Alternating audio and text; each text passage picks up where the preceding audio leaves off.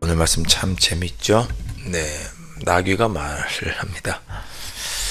자, 15절 보니까 발락, 모압 왕입니다. 모압 왕 발락이 발람을 초대해서 이스라엘 백성을 저주하게 하려고 신하들을 보냈는데 발람이 거절을 합니다. 하나님께서 가지 말라고 하니까 가지 않겠다. 거절을 했더니 15절 보니까 다시 처음에 갔던 신하들보다 더 높은 고관들, 그 더 많은 숫자의 신하들을 보냅니다. 예. 글쎄요, 아마도 신하들만 보낸 게 아니라 군사들도 같이 보낸 것 같습니다. 예. 그렇죠. 먼 길을 고관들이 가야 되는데 경원도 없이 군사도 없이 그렇게 갔겠어요? 발락이 다시 더 높은 고관들을 더 많이 보냈습니다. 그리고 더 좋은 제안을 합니다. 17절에 보면 내가 그대를 높이고 크게 존귀하게 하고 네가 말하는 모든 것을 다 시행하겠다. 그러니까 백지수표를 준 거예요. 네가 원하는 대로 다 해주겠다. 그러니 나를 위하여 이 백성, 그러니까 이스라엘 백성들을 저주하라. 그렇게 요청을 합니다. 18절 말씀, 발람이 그런 발락의 제안을 그 신하들로부터 들었죠. 그리고 이렇게 말합니다. 발락이 그 집에 가득한 은금을 내게 줄지라도 모압 왕이 나에게 그 자기가 갖고 있는 모든 은금을 내게 줄지라도 내가 능히 여호와 내 하나님의 말씀을 어겨서 덜하거나 더하지 못하겠다. 내가 하나님의 말씀을 어길 수 없다. 그렇게 이야기를 합니다. 참 대단하죠? 엄청난, 네가 원하는 건 다 들어주겠다. 예. 여러분 어떠시겠어요? 내가 당신에게 한 1,000억 주겠소. 그러니 불교로 개종합시다. 그럼 여러분 어떻게 하시겠어요? 1,000만 원이 아니고 한 1,000억 주다. 예, 1억도 큰 돈인데, 그죠? 내가 당신이 원하는 건 다 해줄 테니 하나님의 명령을 좀 거역하고 나한테 와서 이스라엘 백성을 저주해라. 그랬더니 발람이 아무리 많은 돈을 줘도 내가 가지 않겠다라고 거절을 합니다. 두 번째로 발락 왕이 요청을 했을 때 두 번째로 발람이 거절합니다. 자, 그런데 18절까지는 참 좋아요. 19절부터 조금 막 분위기가 바뀝니다. 내가 하나님의 말씀을 내가 어길 수 없다 라고 말하더니 19절에 그런즉 이제 너희도 이 밤에 여기서 유숙하라. 여호와께서 내게 무슨 말을 더 하실는지 알아버리라. 이렇게 이야기합니다. 아니, 하나님께서 가지 말라고 했으면 안 갑니다. 그냥 돌아가시오. 그러면 되지. 왜 하룻밤 더 묵을 것이며 왜 하나님께 또 물어보겠다라고 말하는지. 예. 여기서부터 조금 발람의 마음이 흔들리는 걸 느낄 수가 있죠. 예, 발람의 마음이 흔들리는 거예요. 발람의 마음이 흔들리는 이유 중에 제가 좀 전에 말씀드렸던 것처럼 큰 재물도 있었겠지만 많은 고관들이 혼자 오지 않고 군대를 데리고 왔을 거예요. 자기들 더 많은 고관들을 보냈다고 했으니 10명이 왔다고 치면 한 사람에 4명씩만 지키는 군사들이 왔다고 쳐도 40명이나 되는 군사들이 있었겠죠. 두려웠을 거예요. 그래서인지 어떤지는 모르지만 그가 그 밤에 하나님께 다시 묻습니다. 하나님께서 20절에 보니까 밤에 하나님이 발람에게 임하여 이르시되, 꿈에 나타나신 거죠.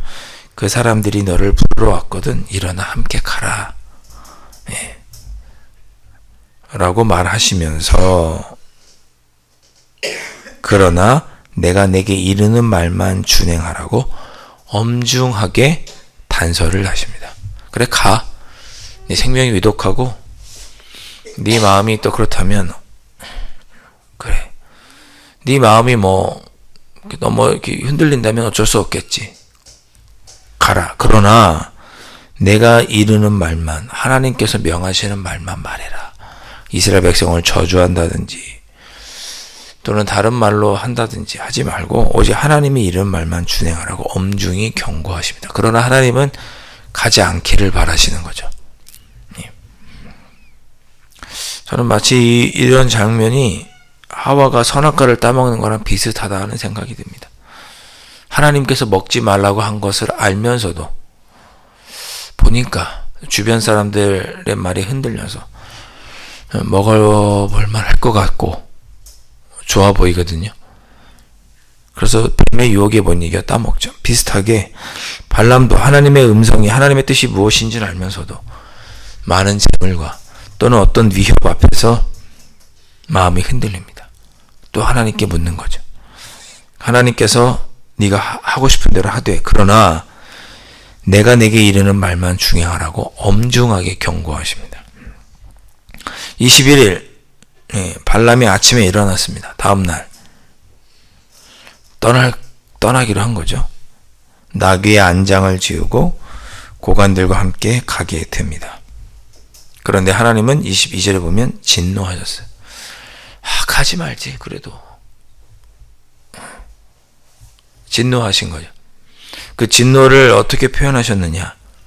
여호와의 사자를 보냈습니다. 주의 천사겠죠. 자, 그런데 여기서부터 재밌습니다.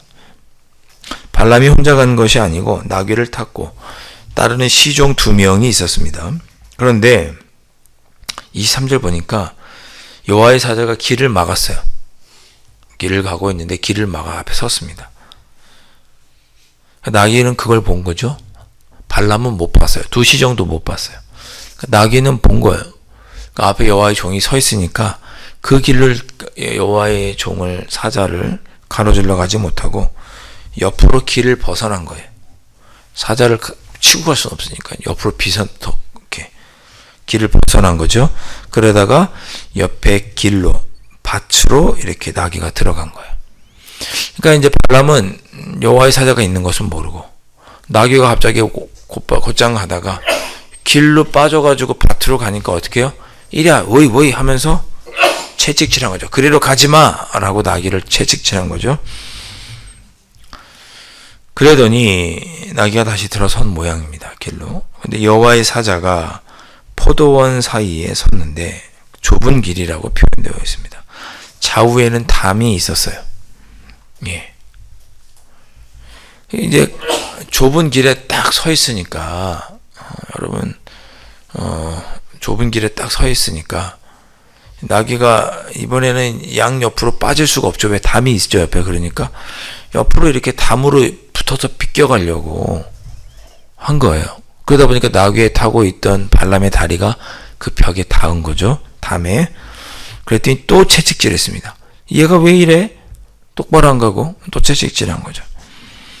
이번에 여호와의 사자가 더 나아가서 나귀 앞에서 딱 버티고 서니까 좌우로 피할 데가 없는 좁은 곳이었어요.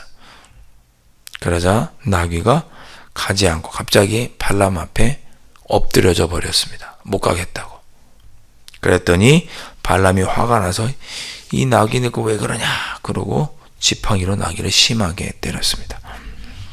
사실은 이거는 하나님께서 경고하신 거죠. 가지 말라고. 3번이나.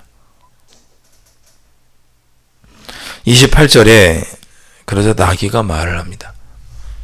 나귀가 어떻게 말을 하겠어요? 초자연적인 기적이 일어난 거죠. 그만큼 하나님은 가지 말라고 하신 거예요. 하지마, 하지마, 하지마. 꿈에 나타서도 경고하셨고 뿐만 아니라 갈 때도 사자를 보내서 3번이나 초현실적인 일을 보고 길을 막으신 거예요. 하지마, 하지마, 가지마. 3번이나 한 거죠. 그 나귀가 이야기합니다. 내가 무엇을 잘못했기 때문에 나를 3번 때리느냐. 발람 29절에 말합니다. 내가 나를 거역하기 때문이니 내 손에 칼이 있었다면 곧 너를 죽였으리라. 나귀야, 네가 내 말을 거역했기 때문에 내가 너를 때린 것이다. 만약에 손에 칼이 있었으면 너를 죽였을 것이다. 발람이 나귀에게 한 말이지만 사실은 하나님이 이런 말씀이셨던 거죠. 발람아, 네가 나를 거역하면 너는 죽을 거야. 여러분, 나중에 이 발람은 죽습니다. 예. 민수기에는 나오지 않지만 여호수아로 넘어간 발람은 죽어요. 왜? 나중에 이스라엘 백성이 미디안 여인들과 음란하여서 하나님 아버지 앞에 범죄함으로 많은 사람이 죽게 되거든요. 그런 꾀를 낸 사람이 발람이에요. 이스라엘 백성이 죽도록 한 많은 재물에 그가 변심하게 된 거죠. 유혹에 넘어간 거예요. 나중에 죽습니다. 발람이 나귀에게 말하되 네가 나를 거역하기 때문에 내가 너를 때렸다. 만약에 손에 칼이 있었으면 널 내가 죽였을 것이다. 그랬더니 나귀가 말합니다. 내가 언제 당신 평생 어긴 적이 있었느냐. 자, 이런 이야기는 결국 하나님의 경고라는 것을 내일 말씀에 보면 발람이 깨닫게 됩니다. 여호와의 사자가 있어서 그랬구나 라는 것을 발람이 내일 말씀에 깨닫게 되죠. 자, 오늘 말씀을 통해서 여러분 재미있는 이야기고 정말 동물이 말을 했다는 정말 초자연적인 기적이고 듣도 보도 못한 일이지만 우리가 오늘 말씀을 통해서 다시 한번 생각해 볼 수 있습니다. 하나님은 우리에게 늘 경고하고 계시는구나. 우리가 하나님의 뜻을 거역하려고 할 때 경고하고 계시는구나. 그 경고는 성경을 통해서, 기도를 통해서, 말씀을 통해서도 경고하시지만, 꿈과 환상을 통해서도 경고하시지만, 초자연적인 일로도 우리에게 경고하십니다. 그것이 하나님의 뜻이 아니라면 하나님은 막으시는 거죠. 때리시는 거죠. 채찍으로 또는 지팡이로 때리시는 거죠. 경고하시는 거예요. 나귀가 말하게 되는 일인 거죠. 여러분, 우리가 그래서 하나님께서 우리가 경고하실 때 우리가 잘 들을 수 있었으면 좋겠고, 어쩌면 오늘 하루를 살아가다가 우리가 또 우리의 뜻에 미혹되어서 우리 하나님의 뜻을 거역하려고 할 때 하나님께서 여러 가지 방법으로 우리에게 경고하실 수 있죠. 그 경고를 잘 듣고 하나님을 거역하지 않는, 매맞지 않는 우리가 되었으면 합니다. 그리고 두 번째 생각할 것은 죄의 유혹이라는 것은 항상 달콤합니다. 너를 위하여 무엇이든지 주겠다. 죄는 항상 달콤합니다.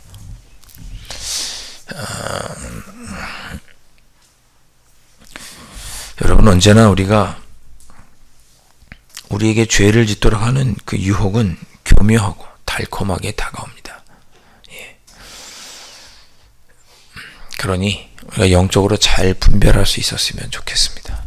내가 이것을 해야 되는 것인지 말아야 하는 것인지, 하나님의 뜻은 무엇인지, 이것이 하나님이 기뻐할 만한 일인지, 세상적으로 무엇은 참 좋은데 하나님께 영광을 올려드릴 만한 일인지, 아니면 나를 위하여 하나님의 뜻을 거역하고 이스라엘 백성들을 저주하는 잘못된 선택을 하는 것인지, 우리가 오늘 하루도 잘 분별했으면 좋겠고, 또 그런 과정 중에 하나님의 뜻을 거역함으로 하나님께서 돌이키라고 하는 그런 음성을 더 잘 분별하여서 하나님께 매맞지 않고 하나님을 거역하지 않는 그런 하루가 되었으면 합니다. 이 새벽에 그것을 위해서 또한 기도하실 수 있기를 주님의 이름으로 축원드립니다. 기도하겠습니다. 하나님 아버지, 하나님은 발람이 이스라엘 백성들을 저주하기 위해 먼 길을 떠나는 것을 원치 않으셨습니다. 그래서 나귀를 통해서도 하나님은 막으셨습니다. 하나님, 오늘 우리가 하루를 살아갈 때 하나님은 우리가 하나님을 기뻐하지 않는 일을 하려고 할 때 때로 하나님은 우리에게 말씀하시고 또 그 일을 하지 않도록 우리에게 여러 가지 방법으로 말씀해 주실 것입니다. 저희가 그럴 때 잘 듣고 돌이킬 수 있는 지혜로운 마음과 하나님의 음성을 듣는 그런 귀를 저희들에게 허락하여 주시고, 죄의 유혹에 넘어가지 않고 하나님의 기쁨이 되는 삶을 살아가는 저희들이 될 수 있도록 성령 하나님 붙잡아 주시고 인도하여 주옵소서. 귀하신 예수 그리스도의 이름으로 간절히 기도하옵나이다. 아멘. 하늘에 계신 우리 아버지, 아버지의 이름을 거룩하게 하시며 아버지의 나라가 오게 하시며 아버지의 뜻이 하늘에서와 같이 땅에서도 이루어지게 하소서. 오늘 우리에게 일용할 양식을 주시고 우리가 우리에게 잘못한 사람을 용서하여 준 것 같이 우리 죄를 용서하여 주시고 우리를 시험에 빠지지 않게 하시고 악에서 구하소서. 나라와 권능과 영광이 영원히 아버지의 것입니다. 아멘.